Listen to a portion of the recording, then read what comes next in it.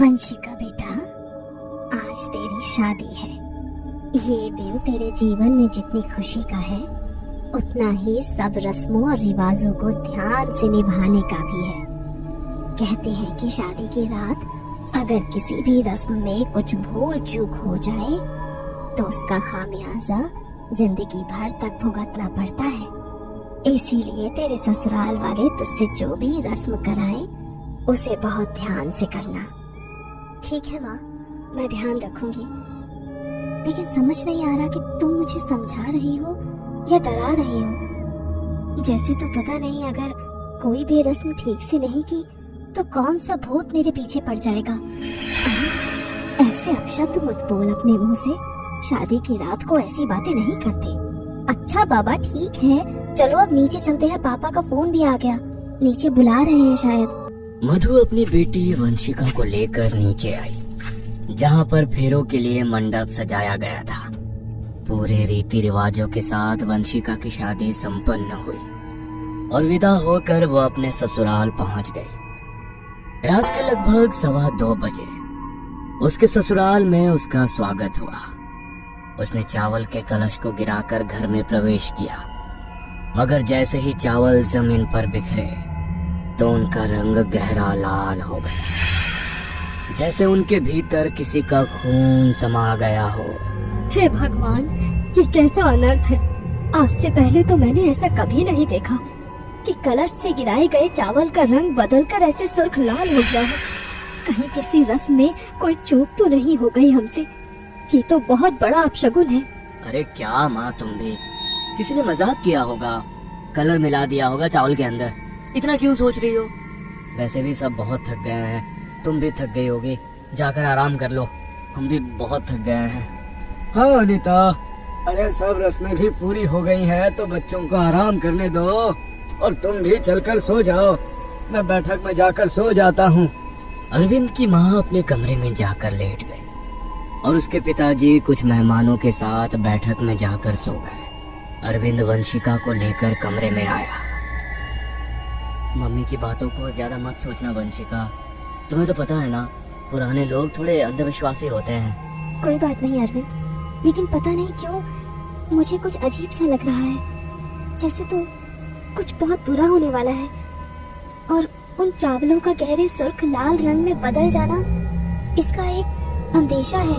अरे बाबा, तुम भी क्या बूढ़े लोगों की तरह सोचने लगी। मम्मी ने तुम्हें अपनी बातों से सच में डरा दिया। अच्छा वो सब बातें छोड़ो और मेरे पास आकर बैठो। अरे आज हम दोनों की शादी हुई है, जिस पल का हम इतने टाइम से इंतजार कर रहे थे, आज वो आ ही गया। मेरे पास आओ ना। मैं बहुत थक गई हूँ अरविंद, प्लीज अभी सो जाते हैं, कल बात करते हैं ना। अच्छा बाबा, ठीक है, तुम सो जाओ। वो दोनों बहुत थके हुए थे, इसलिए बिस्तर पर लेटते ही उन्हें नींद आ गई। मगर कुछ देर बाद ही वंशिका के कानों में किसी औरत के चिल्लाने की आवाज पड़ी। वो आवाज इतनी तेज और दर्द भरी थी कि हड़बड़ाकर वंशिका की नींद खुल गई। ये कैसी आवाज थी? कहीं मैंने कोई बुरा सपना तो नहीं देखा? एक बार फिर से वंशिका के कानों में उस औरत की चीख सुनाई दी। वो घबराई और जल्दी से कमरे का दरवाजा खोलकर कमरे से बाहर की तरफ घर के आंगन में पहुंची, तो उसे फिर से वही चीख सुनाई दी। उसने इधर उधर देखा तो उसका ध्यान घर के अंदर वाले कमरे की तरफ गया। वो वहां पर गई तो एक कमरे के अंदर से वो चीखने की आवाज सुनाई दे रही थी। वो जल्दी से कमरे के अंदर गई तो उसने देखा कि एक औरत कमरे के अंदर आग से झुलस रही है और उसकी दर्द भरी चीखें हर ओर गूंज रही हैं। हे भगवान, ये औरत तो आग से झुलस रही है। मुझे इसकी मदद करनी होगी, बचाना होगा इसे मुझे। अरविंद जी, अरविंद जी, जल्दी से आइए। वंशिका ने देखा कि बिस्तर पर एक मोटा कंबल रखा है। उसने वो कंबल उठाया और उस औरत की तरफ दौड़ी। जैसे ही उसने उसके ऊपर वो कंबल डाला, वो आग बुझ गई और उस औरत की चीखें भी बिल्कुल शांत हो गई। तुम बिल्कुल भी डरो मत, मैं अभी अपने पति को बुलाती हूँ, हम तुम्हें हॉस्पिटल लेकर चलेंगे। जैसे ही वंशिका अरविंद को बुलाने के लिए वहाँ से जाने लगी, वैसे ही उस औरत ने वंशिका का हाथ पकड़ लिया। वंशिका ने जब पीछे मुड़कर उसकी तरफ देखा तो देखते ही देखते उसका जला हुआ काला चेहरा अचानक से बिल्कुल सफेद पड़ गया और उसकी आंखों की पुतलियां बाहर को निकल कर आ गईं। वो वंशिका को देखकर भयानक तरीके से हंसी और उसके मुंह से खून टपकने लगा। वंशिका उसे देखकर इतनी बुरी तरह घबरा गई कि उसकी आवाज उसके गले में ही दब कर रह गई।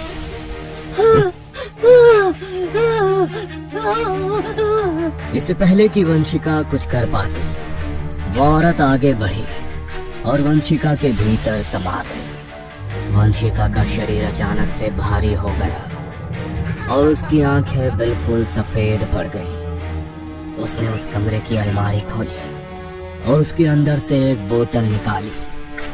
उसे लेकर वो बाहर की तरफ आई और दरवाजा खोलकर अपनी सासू माँ के कमरे में गई। उसने उनके बिस्तर के इर्द गिर्द बोतल से मिट्टी का तेल छिड़क दिया और हाथ में पकड़ी माचिस से वहां पर आग जला दी और अपने कमरे में आकर उसी तरह बिस्तर पर लेट गई। तभी कुछ देर बाद अचानक घर में अनीता की चीखने की आवाजें सुनाई दी। उसकी आवाज से घर में सबकी नींद टूट गई और सब जल्दी से हड़बड़ाकर उसके कमरे की तरफ भागे, मगर उसका कमरा पूरी तरह आग से झुलस चुका था। उन्होंने पानी से आग बुझाने की कोशिश की। कुछ देर बाद आग तो बुझ गई, मगर उस आग के साथ साथ कमरे से आने वाली अनीता की चीखें भी शांत हो चुकी थी। उन्होंने कमरे में जाकर देखा तो अनीता का पूरा शरीर जल चुका था। जिस रात घर में खुशियां चलकर आई थी, उसी रात अब घर में मातम छा गया था। अनीता का शव जल तो पहले ही चुका था, इसलिए अगली सुबह उसकी अंतिम क्रिया करने के बाद उसे दफना दिया गया। घर में हर कोई सदमे में था कि आखिर अचानक ये सब कैसे हो गया। अरविंद भी इस सदमे से उभर नहीं पा रहा था। मैं आपका दुख समझ सकती हूँ अरविंद जी, लेकिन जाने वालों को भला कौन रोक सकता है। जब से मम्मी जी चली गई हैं, आपने ठीक से एक निवाला भी अपने मुंह में नहीं रखा है। प्लीज खाना खा लीजिए, वरना आपकी तबीयत बहुत खराब हो जाएगी। मेरा कुछ भी खाने को मन नहीं है वंशिका, प्लीज तुम चली जाओ यहाँ से। उस दिन माँ सही कह रही थी कि कुछ अपशगुन जरूर हुआ है। मुझे तो लगता है मैंने तुमसे शादी की, वही मेरे लिए सबसे बड़ा अपशगुन है। तुम्हारे घर में कदम रखते ही मेरी माँ चल बसी। काश मैंने तुमसे शादी ही ना की होती।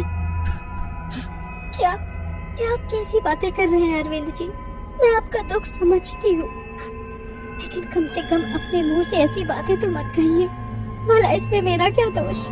मम्मी जी के जाने का जितना दुख आपको है, उतना ही मुझे भी है। तुम प्लीज अभी चली जाओ यहाँ से। मैं नहीं चाहता कि मैं तुम्हें कुछ और भला बुरा कहूँ, इसलिए प्लीज जब तक मैं थोड़ा ठीक नहीं हो जाता, मुझसे दूर रहो तुम। अरविंद के दिमाग में अब ये बात बैठ गई थी कि उसकी पत्नी के कदम उसके परिवार के लिए मनहूस है। अपनी माँ के चले जाने के बाद वो बिल्कुल भी ठीक महसूस नहीं कर रहा था, इसलिए कुछ दिन के लिए वो घर से बाहर कहीं घूमने के लिए निकल गया ताकि उसका मन थोड़ा भटक सके। रात को वंशिका ने अपने ससुर